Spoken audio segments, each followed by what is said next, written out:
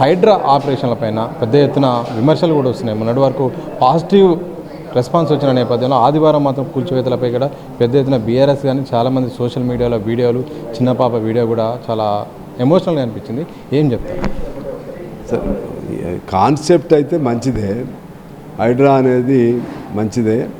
దాన్ని వరుస తప్పకుండా చూడాల్సిన బాధ్యత ప్రభుత్వానికి ఉంటుంది. అది ఎలా ఉంటుందంటే కరెంట్ లాంటిది. కరెంట్ వెలుగులు ఇస్తుంది, షాక్ వేస్తుంది, ప్రమాదాలు కూడా జరుగుతాయి. అణు విద్యుత్ లాంటిది, అంత పవర్ ఉంది దానికి, ఆ హైడ్రాలో.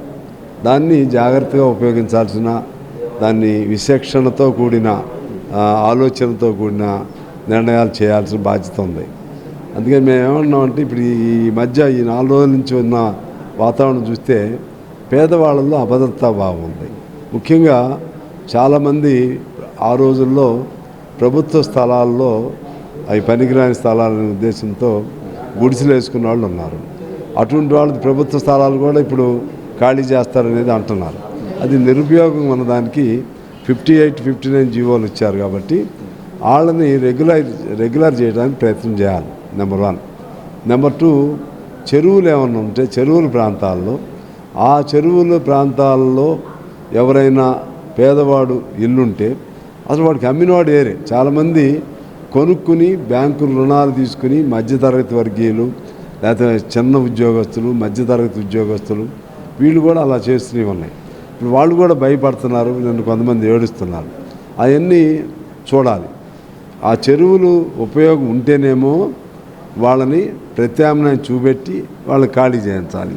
మళ్ళీ చెరువులు రెస్టోర్ అయితే, చెరువులు ఉపయోగం లేవు అనుకోండి, వాళ్ళకి ఏదో ఒకటి అక్కడ ఉండేటువంటి వాళ్ళని ఇబ్బంది జరగకుండా మళ్ళీ వాళ్ళకి ఒక అధికారికంగా ఉండే విధంగా మీరు ఒక సర్టిఫికెట్ ఇచ్చి లేకపోతే నామినల్ రేట్ పెట్టి ఏదో బత్తలో వాళ్ళకి రెగ్యులర్ చేయాలి.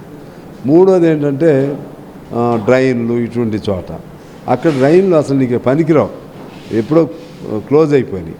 అవి కూడా పనికిరాని చోట పేదవాళ్ళు ఉంటే వాళ్ళ జోలికి వెళ్ళొద్దు. మీరు ఆర్థికంగా సంపన్నవంతులు లేకపోతే నిజంగా దొంగ, హైదరాబాదుని చాలా కబ్జాకోర్లు, ల్యాండ్ మాఫియాలు ఉన్నారు. వాళ్ళలో పెద్ద ఆదుర్దా కనపట్టలేదు నాకు. ల్యాండ్ మాఫియాలు లోపలే ఉందేమో కానీ కనపట్టలేదు. ఏడుస్తుంది ఎవరంటే కింద వాళ్ళు ఏడుస్తున్నారు. ల్యాండ్ మాఫియాలకి ఎడగాపితే ఇంకో చోట ఉంటుంది. వాళ్ళ సంగతి చూడాల్సిందే. మేమేమి ఎప్పుడు మొదటి నుంచి కూడా దానికి మీకు సపోర్ట్గానే ఉన్నాం. ఇప్పుడు నేను ఆఖరిగా వారిని కోరేది ఏంటంటే ప్రభుత్వాన్ని మొత్తం హడావుడి లేకుండా జాగ్రత్తగా, ఓర్పుగా, టోటల్గా ఒక పేద వర్గాలు ఎంతమంది ఉన్నారు, మధ్యతరగతి వర్గీయులు ఎంతమంది ఉన్నారు, కొనుక్కున్న వాళ్ళు ఎంతమంది ఉన్నారు, అలాగే ప్రభుత్వ స్థలాల్లో మాలాంటి పార్టీలు పేదాళ్ళ తరపు నుండి ఇళ్ళు వేయించిన వాళ్ళు ఎంతమంది ఉన్నారు, ఇవన్నీ కూడా మీరు ఒక లెక్క తీయాల్సిన అవసరం ఉంది. ఆ లెక్క తీసి అదేవిధంగా ధనవంతులు ఎంతమంది ఉన్నారు, ఆక్రమణ చేసిన వాళ్ళు ఎంతమంది ఉన్నారు, లేకపోతే పెద్ద పెద్ద ఫామ్ హౌసులు కట్టిన వాళ్ళు ఎంతమంది ఉన్నారు, ఈ విధంగా దాన్ని ఒక సెపరేట్గా తీయాలి.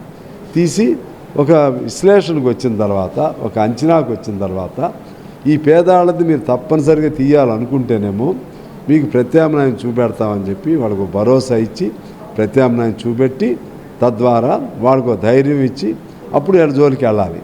అలా కాకుండా అది ఒకటి ఉండి 100 ఇళ్ళు ఉన్నాయనుకో, ఆ ఒక్కదాని పేరుతో 100 పోతే చాలా ఇబ్బందిదాయకమైన పరిస్థితులు వస్తాయి. అందువల్ల జాగ్రత్తగా ఉండాల్సిన అవసరం ఉంది. కాబట్టి మేము ప్రభుత్వాన్ని కోరుతున్నాం, మీరు ఒక శ్వేతపత్రం విడుదల చేయండి, ముందు ఏమేమి ఉన్నాయో లెక్కలు తీయండి, ఆ ప్రకారం చేయండి మేము కోరుతున్నాం.